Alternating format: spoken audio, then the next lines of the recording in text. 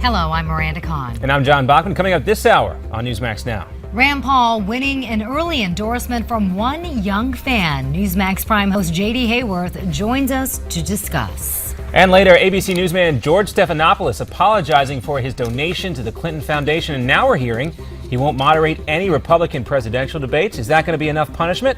We'll break it down in our roundtable. And you thought the big fight was a couple of weeks ago. Well, you were wrong. The better boxing match featuring these two good sports. Well, you need to hear more about it.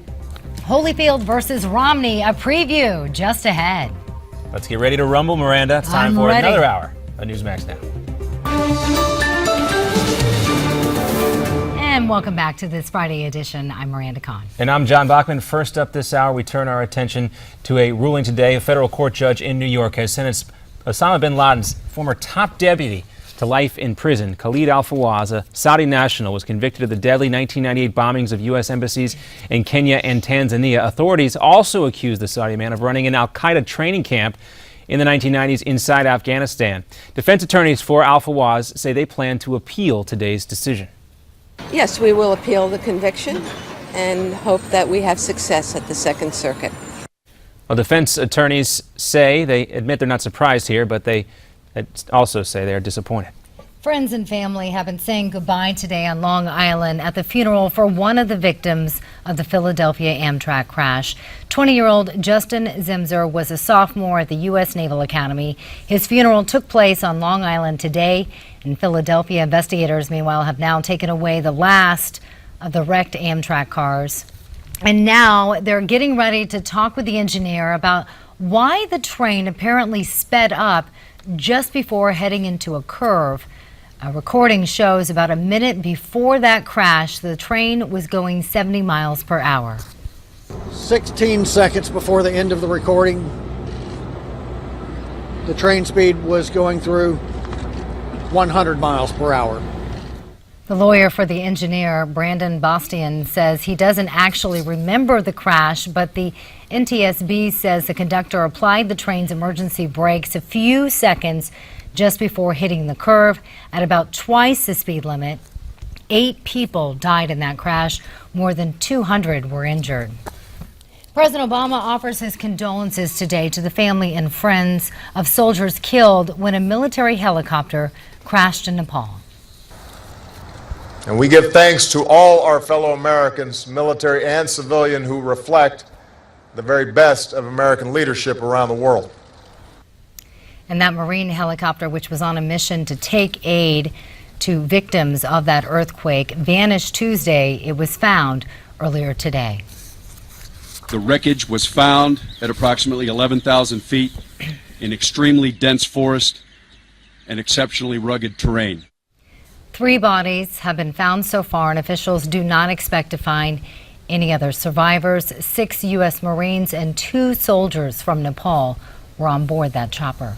In Boston, the deliberations continue over whether Boston Marathon bomber Dzhokhar Tsarnaev should live or die. The jury is now in its 3rd day of deliberations in the penalty phase of this trial. They already found him guilty on all 30 counts, 17 of which carry the possibility of the death penalty. And in Texas, lawmakers trying to stop same-sex marriage there have hit a bit of a setback. A bill written by State Representative Cecil Bell that would have barred state employees from issuing marriage licenses to same-sex couples failed to pass before a midnight deadline. It would have effectively barred gay marriage in Texas, even if the Supreme Court does choose to allow it across the country. That decision is expected sometime in June.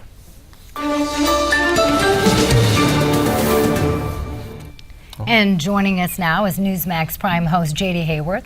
Good to have you here. Hey, it's great to be here. In the flesh. Ta-da! Ta-da! There you go. So the presidential endorsements have already started, JD, and you got a big one last night, right? There's an interesting one coming down the pike via YouTube for a certain guy from Kentucky we need to talk about. Yeah. All right. That's Senator Rand Paul, of course, you're talking about. And we have that endorsement from YouTube. Let's take a listen. Hi guys, my name is CJ Pearson. Today I'm excited to announce my endorsement of Rand Paul and his campaign to become the next president of the United States. I want a president that is committed to defeating the Washington machine and, well, releasing the American dream. And that is why I'm supporting Rand Paul. And I hope you join me. Thank you.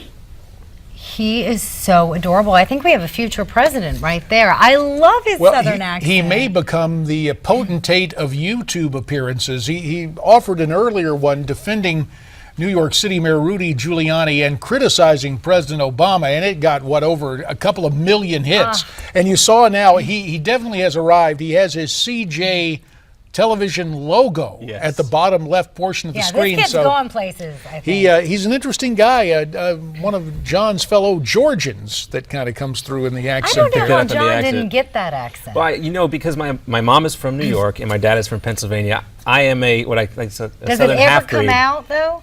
Sometimes. A little bit? When you're talking about football and boiled when he peanuts gets around, and he gets around those hairy dogs there between the hedges there. I just That's love what it. happens. Mercy. Yeah. Well, yeah. Sorry to switch gears on not as much fun of a topic, but let's go to Tavis Smiley, liberal political commentator, slamming another presidential candidate. Let's take a listen. Here's the bottom line on Ben Carson. I won't use Cynthia's language, that's her language. Here's my assessment. Ben Carson has been respected and revered, not just respected, but revered, admired in Black America for years for these gifted hands that he still possesses.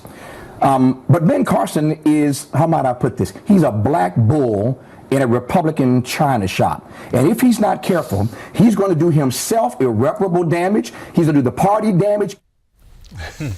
Not quite the same sentiment that we heard earlier from the other young man. Well, Tavis Smiley doing what Tavis Smiley does and what so many members of the black community do, and C.J. Pearson will encounter it as he grows up and continues to offer conservative critiques. You have such an affinity and alignment. Well, it's the same kind of motivation that back during a campaign a few years ago when Michael Steele was running for the U.S. Senate from Maryland. He had been lieutenant governor to my old congressional colleague, Bob Ehrlich, and of course Michael Steele happens to be black. He would go to debates and opponents would pelt him with Oreos. White on the inside, black on the outside. There is a level of racial invective that is widely accepted by the dominant media culture. That's why Tavis Smiley doesn't feel bad about saying that. And it just, Ben Carson can say some provocative things, but he says it in such an understated manner that I don't think it holds up. But basically, Tavis is saying to Dr. Carson, you've disappointed us ideologically. You're a conservative, and now you're running as a Republican. And never mind that whole thing about Frederick Douglass and Abraham Lincoln and others. The modern political equation is if you're black and not a Democrat, then somehow, some way, it is interpreted by the left as somehow being less than genuine. That's the most diplomatic way I can put it. Was he talking specifically about the comments that Ben Carson recently made calling President Obama a sociopath or psychopath? Called him a psychopath, I believe, and still backs up the comments. You know, who has the medical license? I don't think it's Tavis Smiley. I do think it's Dr. Ben Carson. That's a good point, JD. Just because he's a neurosurgeon, though, doesn't mean... Well, no, let's wait a minute. You know what's interesting? We've had a cavalcade of comments from President Obama and his friends over the years, including Tavis Smiley, that shocked the sensibilities of most. But George Stephanopoulos and a few other folks on the alphabet networks never really call those comments into question. So you have a clear and abiding double standard. The left can deal with invective as often as it wants, with little or no fallout. And then a guy like Ben Carson, who has who says what's on his mind, somehow it's somehow a lack of decorum.